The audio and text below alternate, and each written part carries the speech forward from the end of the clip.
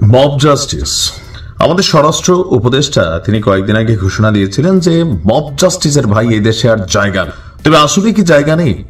জায়গা আছে, এখনো মব জাস্টিস চলছে। আজকে আমরা যখন নিউজটি করছি ছবিগুলো কমিউনিটি ভায়োলেন্সের জন্য খুব ভালো করে দেখানো যাচ্ছে না, বাট আমাদের অভিনেতা সিদ্দিক তিনাকে ব্যাপক মারধর করে জামা কাপড় ছিঁড়ে তারপর পুলিশে সোপর্দ করা হয়েছে। বাট সে অপরাধটা করছে কি? তার অপরাধটা হচ্ছে সে আওয়ামী লীগকে সাপোর্ট করতে এবং আওয়ামী লীগ ক্ষমতা থাকাকালীন সময় তিনি আওয়ামী লীগের পক্ষে নির্বাচন করতে চাইছেন। তো অপরাধটা কি ভাই? ওই মুহূর্তে সে আওয়ামী লীগের রাজনীতি করছে, তো সে কি কোনো সন্ত্রাসী কর্মকাণ্ড করছে? সে কি কোনো অন্যায় করছে, অত্যাচার করছে, কার উপর জুলুম করছে? সে আওয়ামী লীগের পক্ষে সে তার নির্বাচন করতে চাইছে। এই জন্য আপনি আজকের দিনে এসে তারা পিটাবেন, মারবেন? কি বার্তা দিচ্ছি আমরা এই সরকারের মাধ্যমে বা এই সরকারের শাসনামলে, যেখানে আমরা দেখছি স্পষ্ট ফুটেজ আছে তাদের বিরুদ্ধে আসলে কি ব্যবস্থা নেওয়া হবে? দেখেন, সবকিছু গায়ের জোরে করলে তার সরকার দরকার নাই, পাবলিক নিজের মতো চলবে। কোন এক সময় আওয়ামী লীগ ক্ষমতায় আসবে, 20 বছর পর আওয়ামী লীগ আবার রাস্তায় যারে তারে পাবে, তারা ধরে মারবে। সমালোচনাটা আমরা কোথায় করব?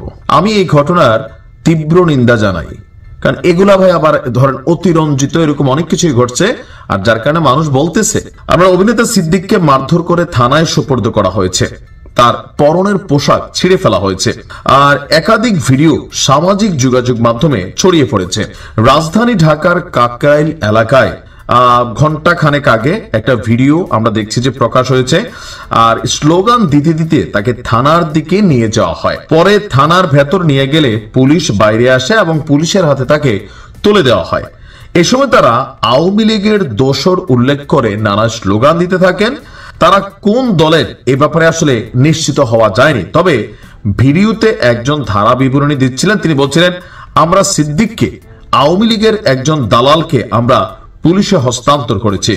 তো আপনারা সকলে জানেন যে একাধিকবার গুলশান এবং টাঙ্গাইলের মধুপুর আসন থেকে মনোনয়ন চেয়েছিল অভিনেতা সিদ্দিক। আর আমিও আরেকটা জায়গায় মনে করি, সবসময় বলি, জানেন, সঙ্গীত শিল্পী, অভিনয় শিল্পী, সিনেমা শিল্পী যারাই আছে, অন্তত এই লাইনগুলোতে কোথাও না কোথাও মানে রাজনীতিতে জড়ানো আসলে আমার কাছে পছন্দ না। কেন বিভক্ত হয়ে যায়?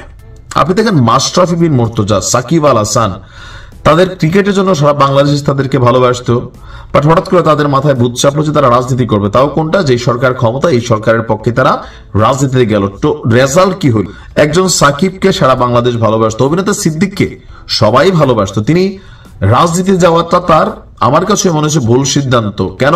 নমিনেশন তো পানি নাই, ফেইলও করলেন, নির্বাচনই করতে পারলেন, এখন এই উল্টা মাইর খাইলেন। এটা কেন হলো? সে আওয়ামী লীগের পক্ষে রাজনীতি করতে চাইছিল। আবার আওয়ামী লীগের সময়ও আপনি দেখেন শিল্পী আসিফকে কোণঠাসা রাখা হয়েছে, যারা বিএনপি পন্থী সঙ্গীত শিল্পী আছেন তাদেরকেও কিন্তু প্যাচে ফেলায় রাখা হয়েছে। এগুলো নতুন না, তবে তাদেরকে ধরে মারধর করা হয় নাই, যেটা এখন আমরা ট্রেন্ড দেখতেছি। এজন্য স্বরাষ্ট্র উপদেষ্টা দায় রয়েছে, তিনি তার সরকারের মাধ্যমে বলতেছেন এটা সেটা এটা সেটা, কিন্তু আসলে কার্যত যারা এই ঘটনাগুলো করছে, লাইভে ভিডিও ফুটেজ থাকছে, এদের বিরুদ্ধে কতটুকু ব্যবস্থা নেওয়া হচ্ছে? অতিরঞ্জিত কোনো কিছুই ভালো না, কারণ সময়টা সবার একরকম যায় না। আওয়ামী লীগকে দেখে অন্তত বোঝার বিষয় আছে, আর যারা বোঝেন নাই আগামী দিনে এগুলো আবার হয়তোবা বুঝবেন, তখন আমরা নিউজ করবো। আপনার পক্ষে টেনশন নিয়েন না।